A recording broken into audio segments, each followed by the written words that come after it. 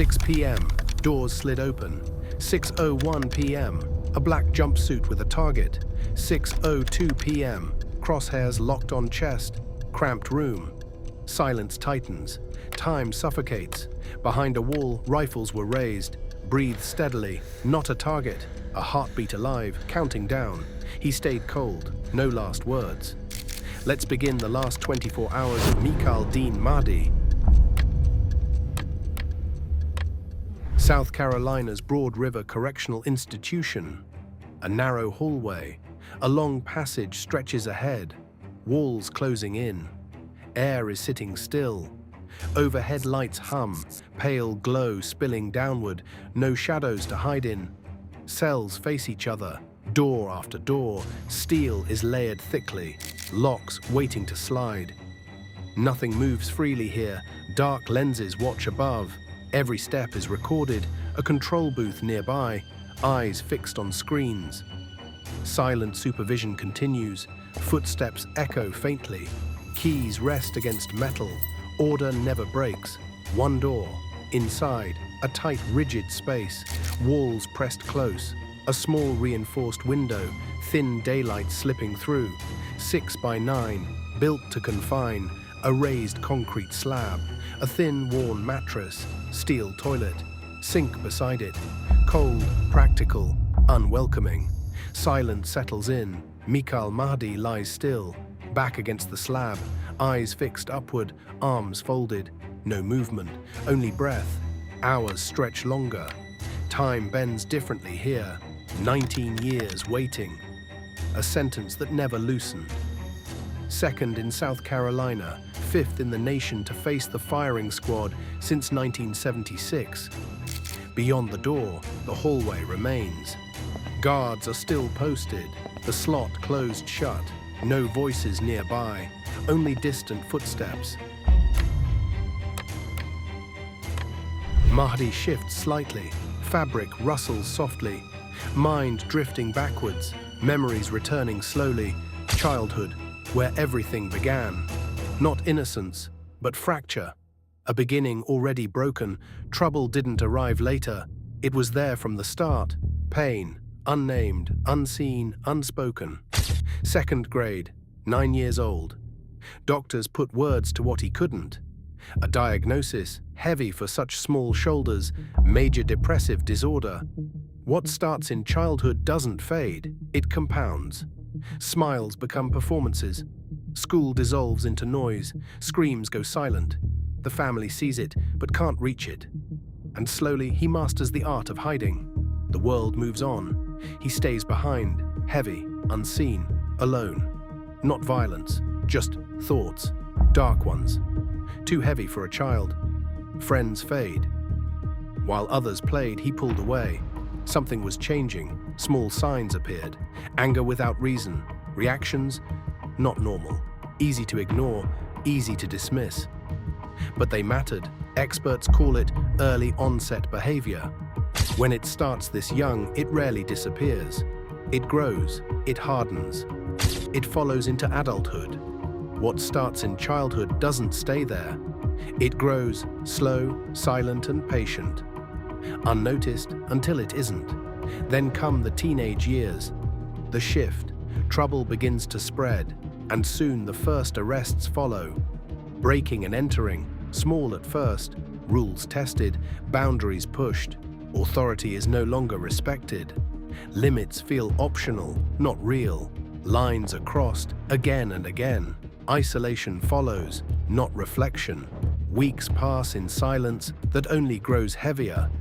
Something inside begins to fade, not suddenly, but piece by piece. Life starts to slip out of control.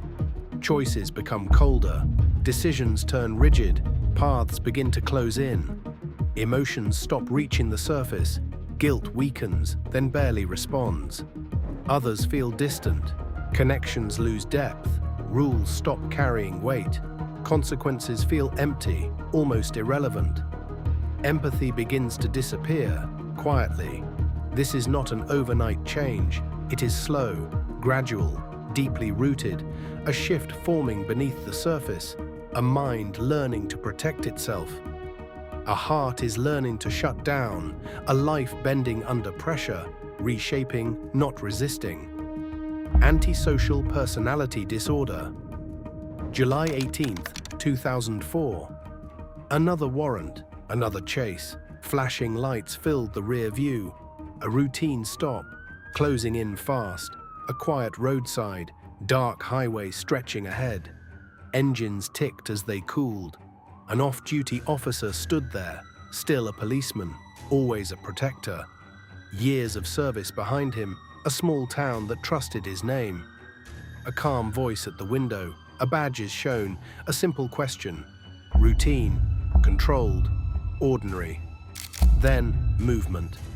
Two lives collide in a single irreversible moment. One carries authority, the other carries something far more unpredictable. Tension builds, quiet but dangerous. Words sharpen, control begins to fracture. Mahdi steps closer, too close. Distance collapses in seconds. A weapon changes hands, the officer's own gun. Time distorts.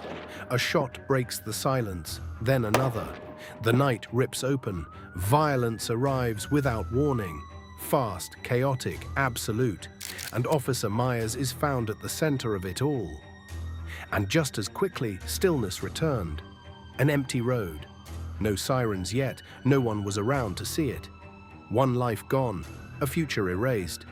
For a moment, the world didn't know. Then, radios crackled alive.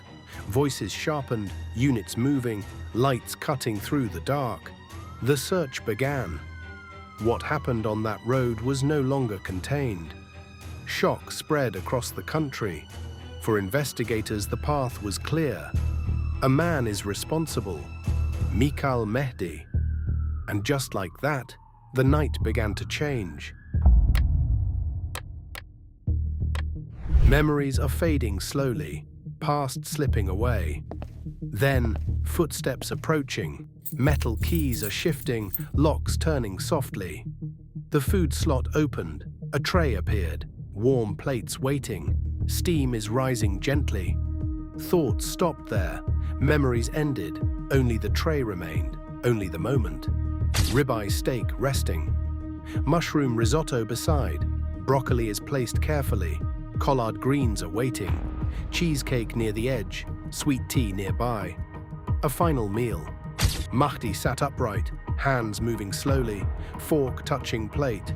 Small bite taken, then another.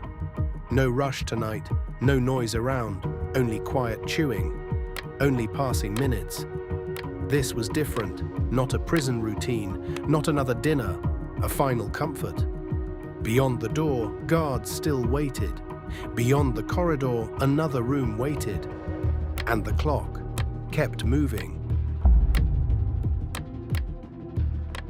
The Supreme Court delivers its answer, denied. The final appeal collapses.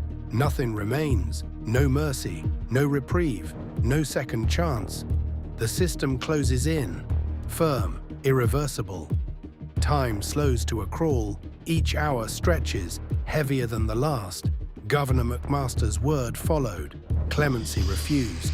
A hammerfall of certainty. Doors slammed shut. Threads pulled tight. Hope vanished. Silence settled. Time ticked on, indifferent. All avenues blocked. All pleas ignored. All mercy withheld. The law had spoken. Nothing remained but the sentence. Inevitable, unyielding, final. Mahdi stepped forward, slow, measured steps, guards beside him, leather straps awaiting, chair empty, target fastened, black jumpsuit worn, head secured tight, arms locked down, legs were fully restrained. He sat slowly, breathe steady now, eyes fixed forward, the curtain lifted quietly. Witnesses stared, their eyes sharp, cold, unblinking. Judgment pressed against every wall. Silence hung, heavy, almost alive. Air unmoving, thick with expectation. Time slowed, each heartbeat echoing in the room. Crosshairs ready, Rifles trained, minutes stretched, endless. Witnesses held their breath, waiting, a member of Myers's family, watching, hoping, but grief and tension written on pale faces. Even the sheriff remained steady, unwavering. Mikal paused. He could have looked. He could have faced them. He could have felt. But he didn't. Eyes fixed forward, cold, distant, unmoved. Witnesses waited, hoping for a flicker, a sign, regret, remorse. They got nothing. No anger, no sorrow, no recognition, only silence. As if he knew. This was how it ends. The weight of choice, the emptiness of indifference. The final moment, unbroken, unmoved, absolute. It wasn't fear guiding him. It was colder, a deliberate emptiness, a choice to feel nothing at all. Lawyer standing, journalists observing, eyes fixed forward, breath held tight, no words, no movement. Time slowed, stretched, silence filled the room. He didn't flinch, he didn't break. He existed beyond their hope, beyond their grief. Only cold indifference remained. Rifles raised, 3 men behind the wall. Steel catches the harsh light, hands steady but trembling. A breath, a heartbeat, a world waiting. Pause, then click. The sound cut through the air, sharp, final. His body jolted, head snapping back, chest heaving, grasping for air. The air caught halfway. Seconds stretched longer than time, muscles clenched, then slackened, eyes fluttered, slowly closing. The pulse weakened, witnesses frozen, no one moved, no one spoke. Tears paused on lashes. Grief is buried deeper than words, pain held in silence. Shadows crawling across walls, light flickering on steel, every sound amplified, every second is heavier. He didn't scream, he didn't beg, he didn't cry, he stayed. He chose the stillness, the sentence, the silence. Time slowed to nothing. And in that moment, a life slipped away. 19 years have gone by in a heartbeat. A life fading in a heartbeat. The rifles were lowered, the room exhaled, and nothing could fill the emptiness left behind. The curtain slid. The room is empty. Silence swallowed the room. A single breath hung in the air. A heartbeat echoed, then vanished. Grief lingered like a shadow, heavy and unyielding. Justice weighed, cold and final. Mikal Mahdi, erased from the world, yet etched into memory. A name that is haunted, a presence that refused to fade. Only the stain of a name, remembered by all, forgotten by none. He killed, there's no denying that. But does one act of violence strip away all hope of redemption? Or are some crimes too dark to forgive? What do you think shaped Mikal Mahdi?